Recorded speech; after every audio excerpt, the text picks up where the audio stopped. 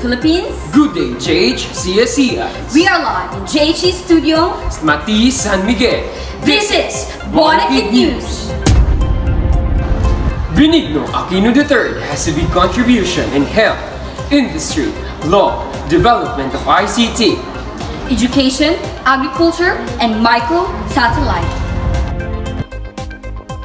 First in the news, President Aquino signed the Republic Act No. 10606, an act amending the National Health Insurance, an act of 1995. Mr. Justin Magpale, exclusive. Among the strides in securing the welfare of our fellow Filipinos is intensifying access to quality health care. Among others, the continuous upgrading of government health facilities, the systematic deployment of health professionals to far-flung areas. A comprehensive program providing free vaccination to children has been established. Numerous policies to improve financial protection and healthcare costs have been adopted. And the universal health insurance coverage in the Philippines is well on its way to becoming a reality.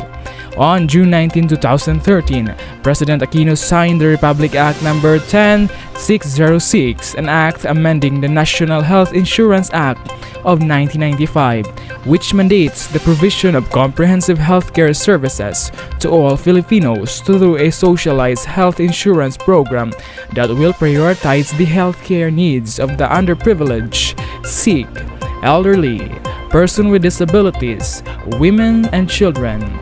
Free healthcare services are provided to indigents.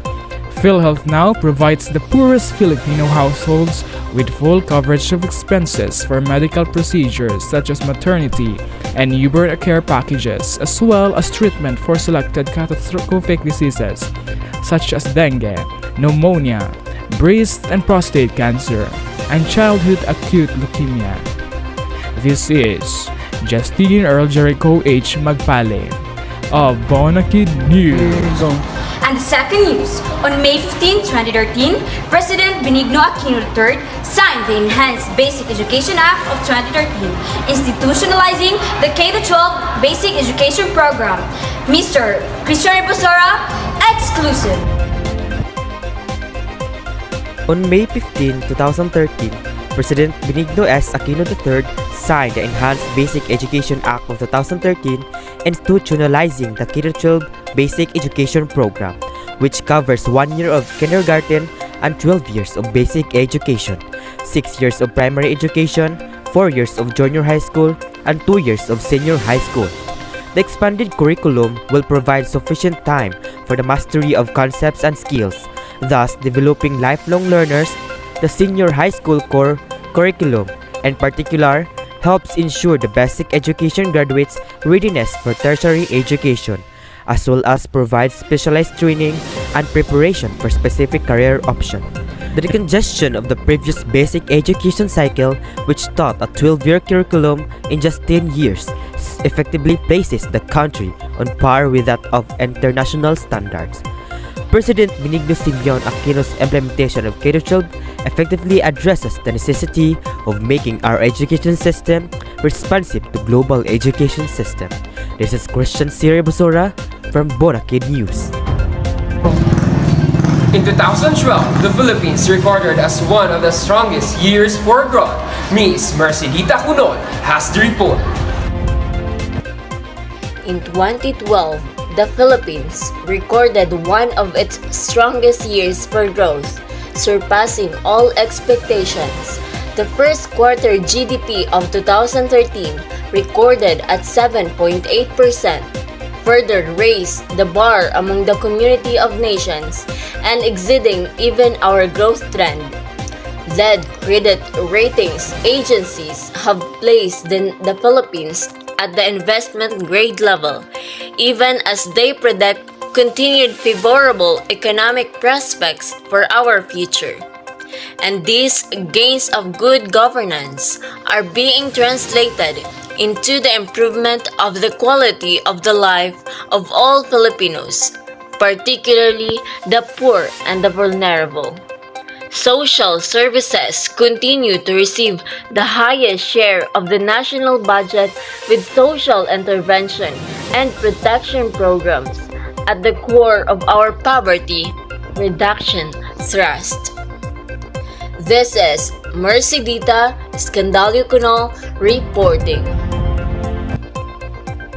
We will be back after this short break.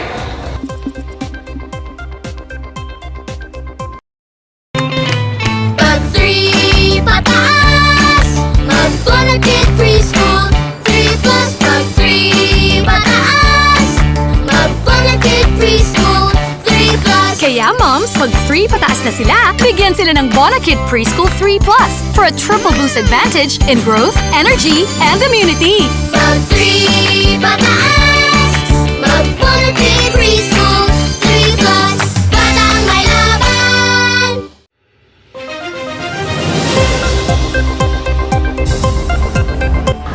President Benigno Aquino III strengthened the agricultural sector. Mr. Jesse Fuentes, exclusive.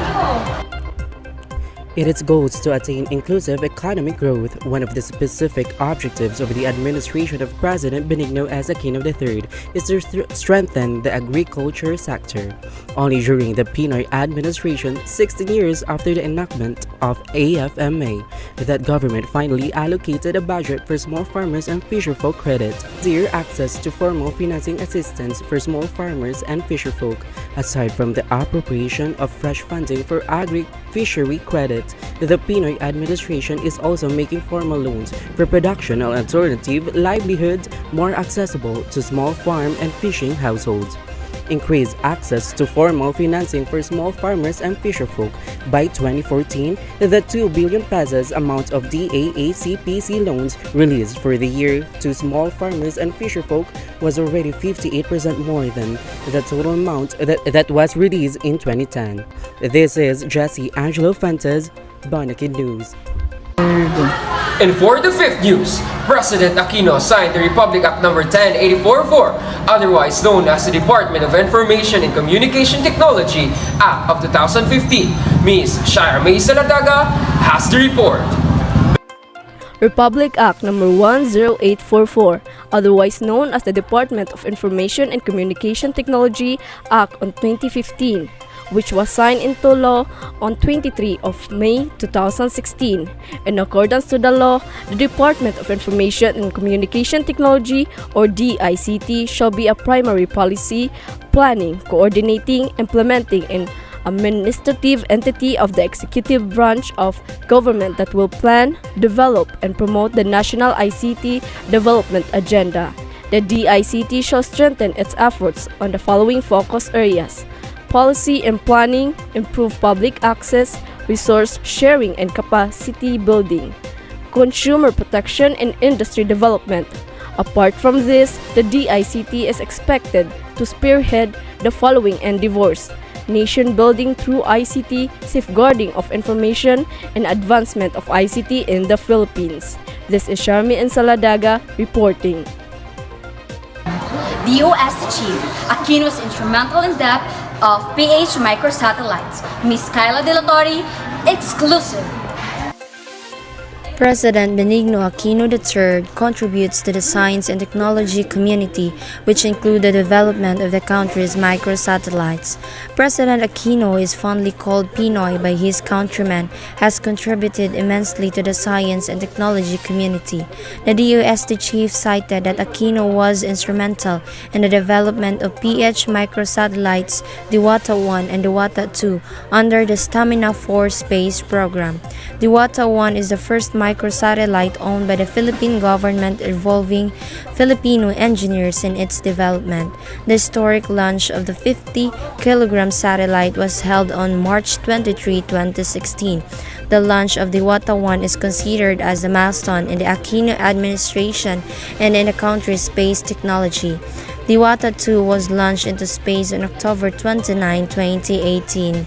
Aquino, who sponsored the bill, said the launching of a space program in the Philippines would give Filipinos a new perspective and valuable insights that could help solve some of the country's biggest problems. Satellites can improve disaster management, providing accurate information that allow early warnings and predicting of disasters to reliable and quick communication during relief and recovery operations. Thank you for bearing with us. I am Flora Jean Sicotier. I am Gianpaolo Liar Aldocol.